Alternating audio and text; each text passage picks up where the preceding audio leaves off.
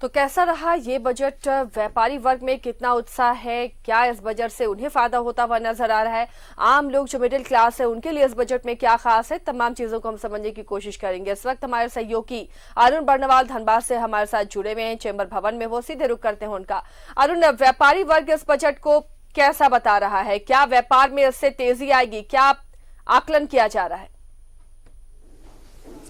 देखिए आसिया, इस बार के बजट में आत्मनिर्भर भारत के लिए बहुत जबरदस्त पैकेज देने की बात तो कही गई है, लेकिन व्यापारियों को इससे कहें तो एक तरह से वंचित रखा गया है, जिसका प्रतिकूल असर देखा जा रहा है इस धनबाद के व्यापारी वर्ग में भी। लोग इस बात को चर्चा कर रहे हैं, सरकार ने सिर्फ या तो सबसे निचले स्तर के लोग पर फोकस किया है या फिर अडानी और अंबानी जैसे लोगों पर फोकस किया है। जैसे अभी कुछ चैम्बर के प्रतिनिधियों से बात भी हुई है।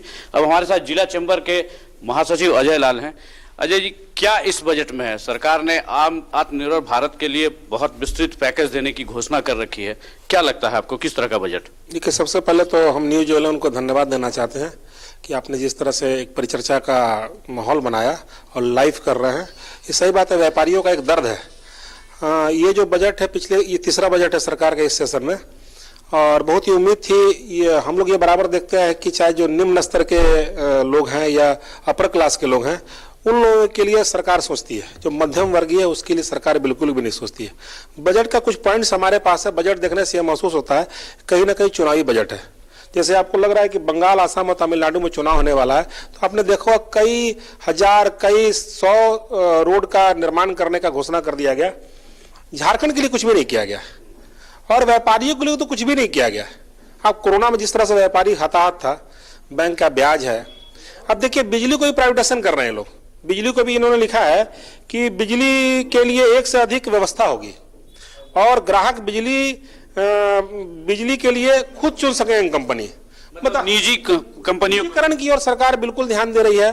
और मुझे ऐसा प्रतीत हो रहा है कि जो आम लोग जो इस सरकार, जो खास करके बीजेपी का वोटर थे, उनको सरकार बिल्कुल ठग रही है, बेवकूफ बना रही है। केवल बड़े लोगों के लिए सोच रही है, नहीं तो निम्न लोगों के लिए सोच रही है। देखिए, ये चैम्बर के प्रतिनिधि हैं। श्रीकांत, क्या लग रहा है, कैसा बजट? इस दशक का ये पहला बजट है। हम कोरोना काल झेल लिए व्यापारियों को इस बजट से बहुत उम्मीद थी कि कुछ राहत का पैकेज हो या सरकार की तरफ से कोई हम लोग के जो सीसी इंटरेस्ट होती है उसका ब्याज दर कुछ कम हो, कुछ भी ऐसी और कोई घोषणाएं हो जिससे व्यापारी वर्ग को कोई फायदा होता, लेकिन ऐसा नहीं हुआ। इसमें सिर्फ और सिर्फ 2-3 चीज पर फोकस किया गया है। कुछ तो ये चुनावी बजट भी दिख रहा है, जैसे बंगाल, केरला, तमिलनाडु, ये सब पर मेन फोकस किया गया है।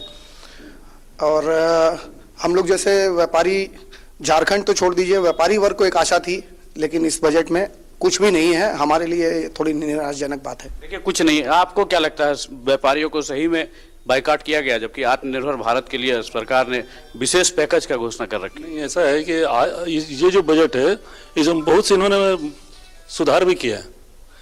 जैसे देखिए, इन्होंने क्या किया है कि सीनियर सिटीजन को टैक्स फ्री कर दिया 75 साल तक में। हाँ, तो अच्छे लोग काम भी इन्होंने किया है। इनकम टैक्स का रीअसेसमेंट की भी टाइम की बाध्यता खत्म कर दी। जिसमें रीअसेसमेंट हम लोग जो कराते थे उसमें टाइम बाउंडेशन था, आज वो बाध्यता नहीं है, वो भी खत्म हो गई है। दूसरा, डिजिटल ट्रांजैक्शन यदि हम करते हैं और 10 करोड़ रुपया तक करते हैं तो उसको असेसमेंट कराने की आवश्यकता नहीं है। ये कुछ अच्छी पोजीशन है।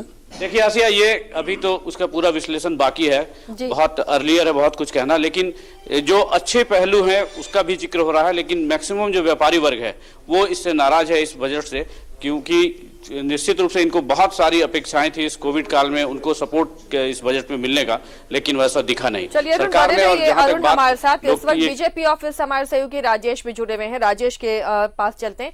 राजेश, बजट से व्यापारी वर्ग मायूस है, या तो बहुत बड़े व्यवसायियों को इससे फायदा होता हुआ नजर आ रहा है, या फिर निम्न क्लास में ध्यान दिया है सरकार ने। जो मिडिल क्लास है वो मायूस है, जो व्यापारी छोटे हैं, बहुत बड़े व्यापारी नहीं, जो छोटे व्यापारी हैं वो मायूस नजर आ रहे हैं। बीजेपी में अगर कोई है वहां पर बीजेपी का नेता, तो उनसे समझिए आखिर झारखंड को इस बजट में ऐसे अछूता क्यों रखा गया? झारखंड के लिए कुछ भी नहीं इस बजट में।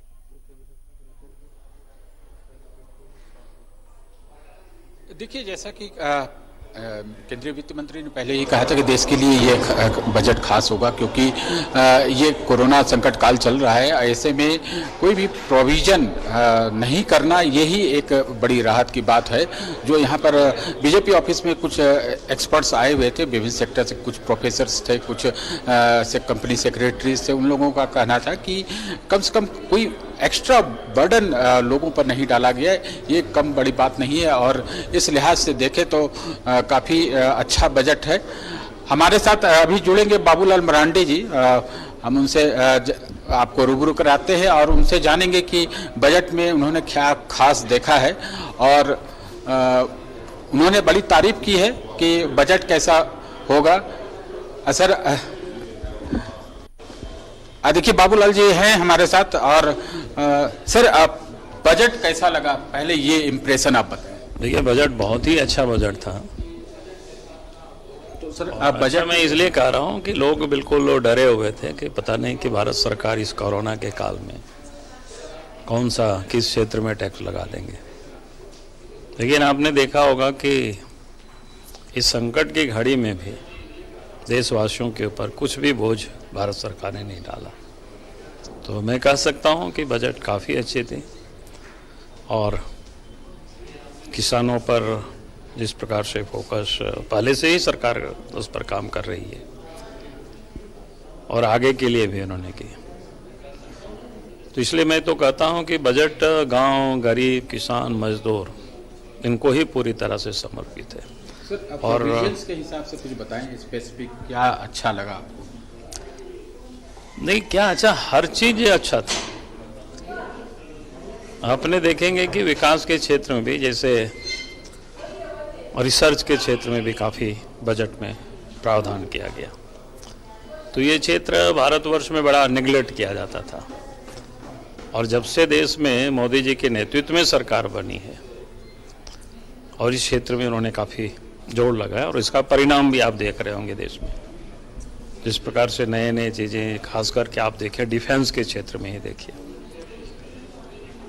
आज हम निर्यात कर रहे हैं, निर्यात करने की स्थिति में है। बहुत सारे सामान पिछले बार ही कर दिया गया था बीच में कि भाई हम बाहर से नहीं लेंगे, यानी आज देश में ही सारे कुछ तैयार हो रहा है। तो इस बजट में भी सरकार ने उस क्षेत्र में जो प्रावधान किया है, तो निश्चित रूप से जो देश के प्रधानमंत्री जी बार बार आत्मनिर्भर भारत की जो बात करते हैं, अब लगता है कि वो दिन बहुत ही करीब है।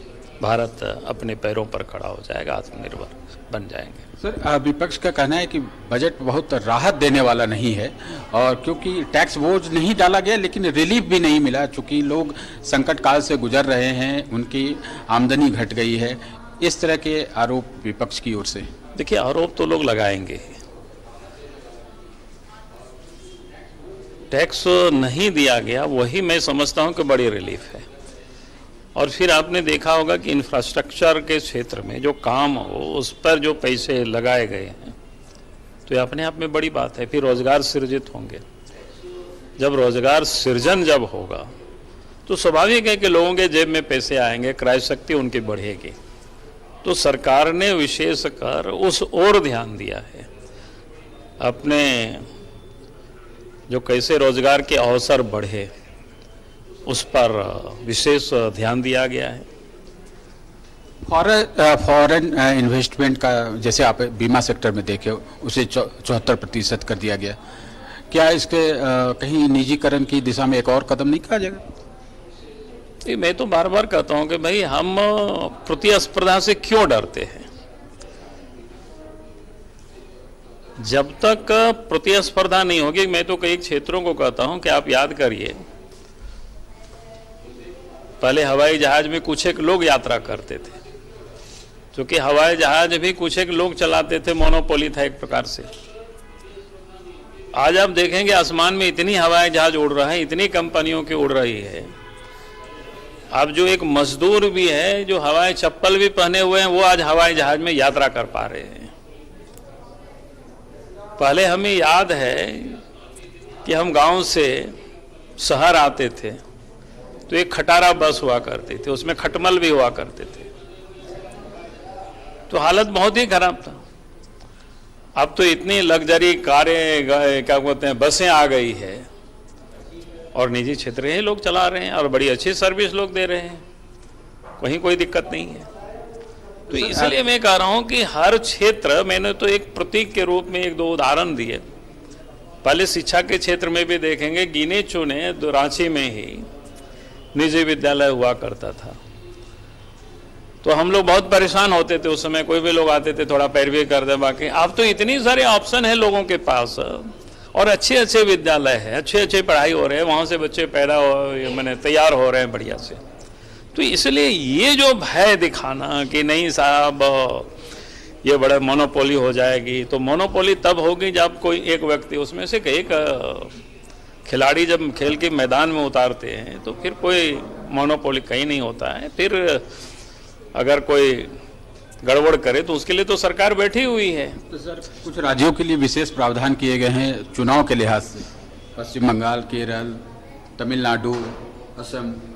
नहीं, मैं ये कह सकता हूँ कि भाई उन राज्यों को, और आप थोड़ा देख रहे हैं जैसे तमिलनाडु और केरल को, तो केरल तो कभी भी बीजेपी का कोई संभावना भी नहीं, तमिलनाडु संभावना भी नहीं। तो इसलिए मैं, अगर आप इस चीज़ को इस प्रकार से देखिए, और समुद्री के किनारे में जो उन्होंने विकास का जो योजनाएं को डाली जा रही है, वो खास करके निर्यात को प्रोत्साहन करने के लिए।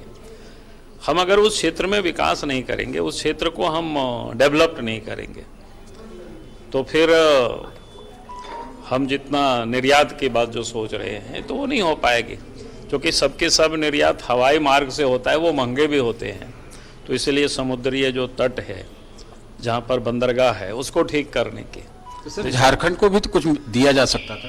हम बोले कि बजट तो किसी में और कोई राज्य कहाँ दिया गया है स्पेसिफिक कुछ यहाँ नहीं, स्पेसिफिक हम करें और भी कोई राज्य, जैसे मध्य प्रदेश भी तो राज्य है, तो वहाँ तो बीजेपी रूल है, कहाँ मध्य प्रदेश के लिए कुछ बोला गया, यूपी के लिए कहाँ कुछ बोला गया। तो आप बताओ, अगर तब आप कहते कि साहब ये यूपी, तो जितनी जो बजट में जो कुछ भी प्रावधान किया गया है वो पूरे देश के लिए किया गया है और पूरे देश को ध्यान में रख करके किया गया है। सरकार, हेमंत सरकार चाहती थी कि इस बजट में कुछ प्रोविजन झारखंड के लिए भी हो। अगर उसमें स्पेशल आप देखें, एक कॉरिडोर तो गोमो से लेकर के डनकोनी तक बनाने की ये हुआ, उससे झारखंड को क्या कहते हैं, नॉर्थ ईस्ट का एक बड़ा कॉरिडोर ये मिल जाएगी, जो असम तरफ से या बिहार का भी जो कुछ पार्ट है, यहाँ तक अगर फॉरेन भी कहे तो बारमा का भी जो इलाका है तो उससे, और भूटान है, बाकी जो उससे जो जुड़ा हुआ ये है, तो एक बड़ा कॉरिडोर अपने को मिल जाएगी। तो मुझे लगता है कि झारखंड ओवरऑल सर बजट अच्छा आपकी नज़र में? मैं कह सकता हूँ बजट बिल्कुल अच्छा बजट है। तो ये बाबूलाल मरांडी जी जो विधायक दल के नेता हैं, उनकी नज़र में ये बजट बहुत अच्छा है, किसी पर टैक्स बोझ नहीं लादा गया, ये कम बड़ी बात नहीं है। ये लाजमी जिस है, प्रकार और का इसी संकट पर काल अपनी चल रहा पीठ है, थपथपा रही है बीजेपी, झारखंड बीजेपी की कोई एक्स्ट्रा टैक्स का बोझ नहीं दिया गया है। चलिए, बहुत बहुत शुक्रिया राजेश इस तमाम जानकारी के लिए।